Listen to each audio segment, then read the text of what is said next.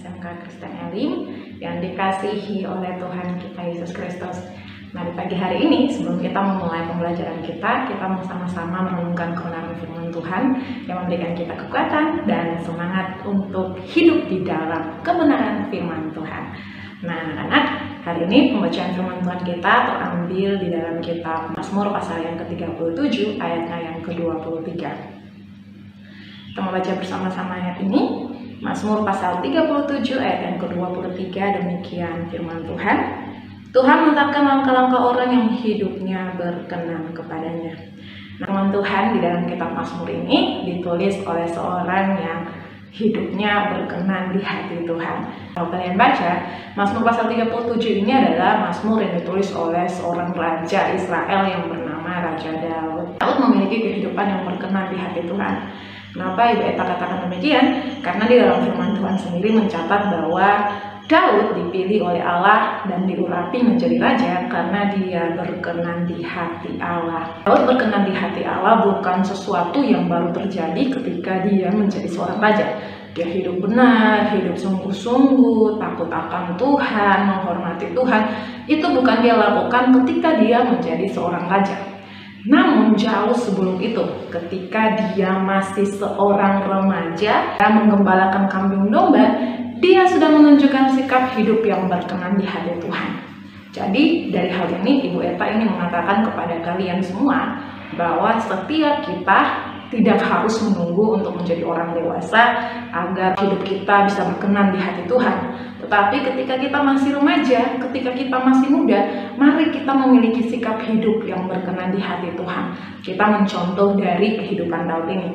Daud berkenan di hati Tuhan bukan ketika dia hidup menjadi seorang raja di istana lalu mengandalkan Tuhan, tidak. Daud berkenan di hati Tuhan ketika dia menggembalakan kambing domba ayahnya ketika dia masih remaja. Bahkan di sepanjang umurnya dia berusaha untuk terus hidup berkenan di hati Tuhan.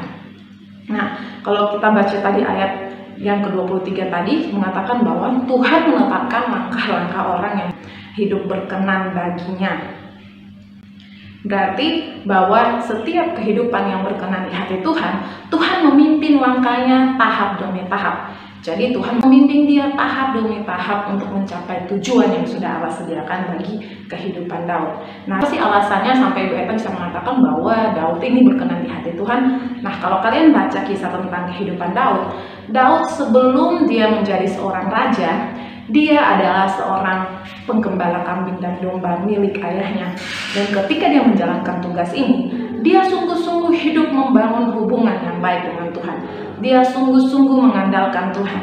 Makanya di dalam Mazmur yang ke-23, Daud mengatakan bahwa Tuhan adalah gembala yang baik. Artinya, Daud mengalami ini jauh sebelum dia menjadi seorang raja. Ketika dia mengembalakan kambing domba ayahnya, dia sudah memiliki hubungan yang baik dengan Tuhan. Dia memiliki hubungan yang intim dengan Tuhan. Bahkan ketika Daud akan maju berperang melawan Goliat, Daud mengakui di medan perang bahwa Tuhanlah yang selama ini selalu menolong dan melepaskan dia. Daud begitu mengakui pekerjaan Tuhan lewat hidupnya. Daud menyadari bahwa kuasa Tuhan yang sempurna bekerja dalam hidupnya. Daud menyadari bahwa Tuhan yang dia sembah adalah Tuhan yang hidup, dan Daud menyerahkan kehidupannya sepenuhnya ke dalam tangan Tuhan.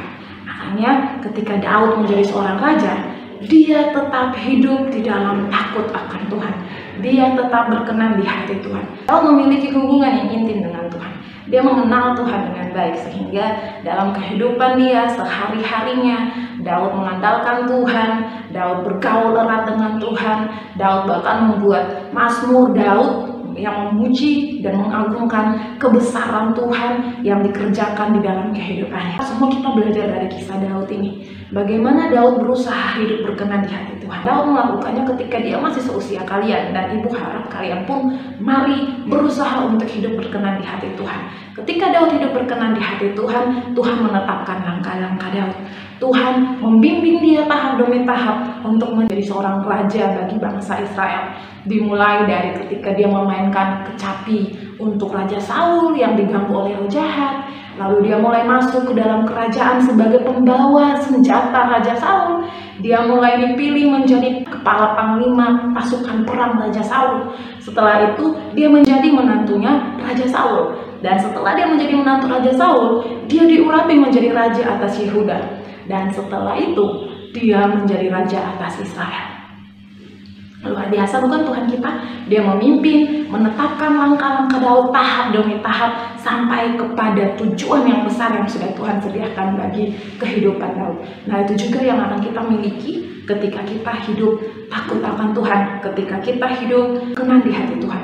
Tuhan menetapkan langkah-langkah kita dan Dia memimpin kita tahap demi tahap sampai kepada tujuan yang sudah disediakan untuk masa depan kita. Mari kita curi perhatian Tuhan sama seperti Daud yang mencari Tuhan sepanjang hidupnya, yang berusaha dan dia mendapatkan perhatian Tuhan sehingga Allah melihat dia berkenan di hati Allah. Itu yang penting yang sudah kita pelajari hari ini. Tetap semangat di dalam Tuhan. Ayo hidup takut akan Tuhan. Berusahalah hidup untuk berkenan di hati Tuhan. Andalkan Tuhan, mengasihi Tuhan, menghormati Tuhan, maka Tuhan memberkati masa depanmu. Tuhan Yesus memberkati kita.